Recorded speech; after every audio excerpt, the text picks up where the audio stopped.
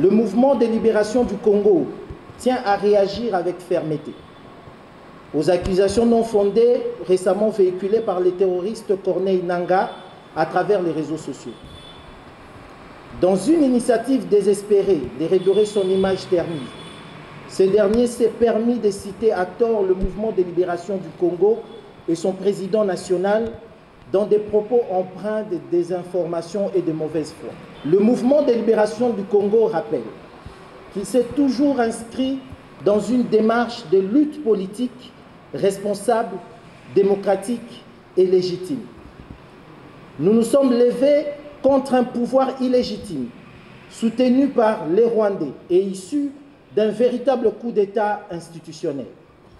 Ce régime avait instauré une dictature caractérisée par l'interdiction arbitraire des activités politiques des partis politiques et l'étouffement des libertés fondamentales pour des objectifs d'asservir les Congolais. Comparaison n'est pas raison.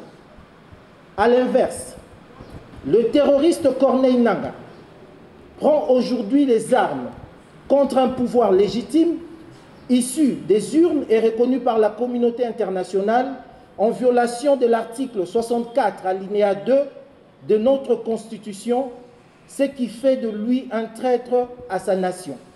Son action n'a rien de politique ou de révolutionnaire. Ces revirements cachent en réalité une ambition personnelle, celle de récupérer une mine offerte en toute illégalité par son patron, Hippolyte Kanambe, en violation flagrante des lois en vigueur et à des fins purement prédatrices. Par ailleurs, le mouvement de libération du Congo tient à rétablir la vérité. Aucune banque en République centrafricaine n'a été dévalisée par ces éléments dépêchés à Bangui dans le cadre d'une mission claire et légale d'appui à un pouvoir établi conformément aux principes constitutionnels centrafricains. Il s'agissait d'un engagement ponctuel et transparent sous commandement centrafricain dans un cadre bilatéral bien défini et aucun acte d'accusation des instances judiciaires, ni nationales ni internationales, n'a fait mention d'un quelconque pillage de la Banque nationale centrafricaine.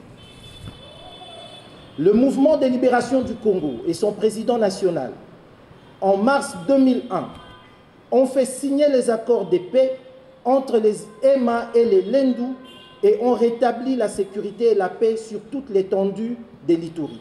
Au terroriste Corneille Nangaa, les manipulations orchestrées à l'époque par votre patron Hippolyte Kanambe, notamment à travers le manœuvre dans l'arrestation du président du mouvement de libération du Congo, ont été déjouées par la force du droit. Jean-Pierre Bemba a été entièrement acquitté de toutes les accusations portées contre lui, lavé de tout soupçon par la justice internationale. Action qui vise à violer, voler, tuer et massacrer nos populations n'a rien à voir avec celle du mouvement de libération du Congo qui a contribué à la réunification de notre territoire, de notre armée, de notre police et qui a permis la restauration d'un état de droit ainsi que l'organisation en 2006 des élections libres, démocratiques, dont le président du mouvement de libération du Congo a en réalité recueilli 53,7% des suffrages populaires exprimés. Le mouvement de libération du Congo réaffirme son attachement aux valeurs démocratiques, à la souveraineté du peuple congolais, à l'intégrité du territoire et à l'unité nationale ainsi qu'à la vérité historique.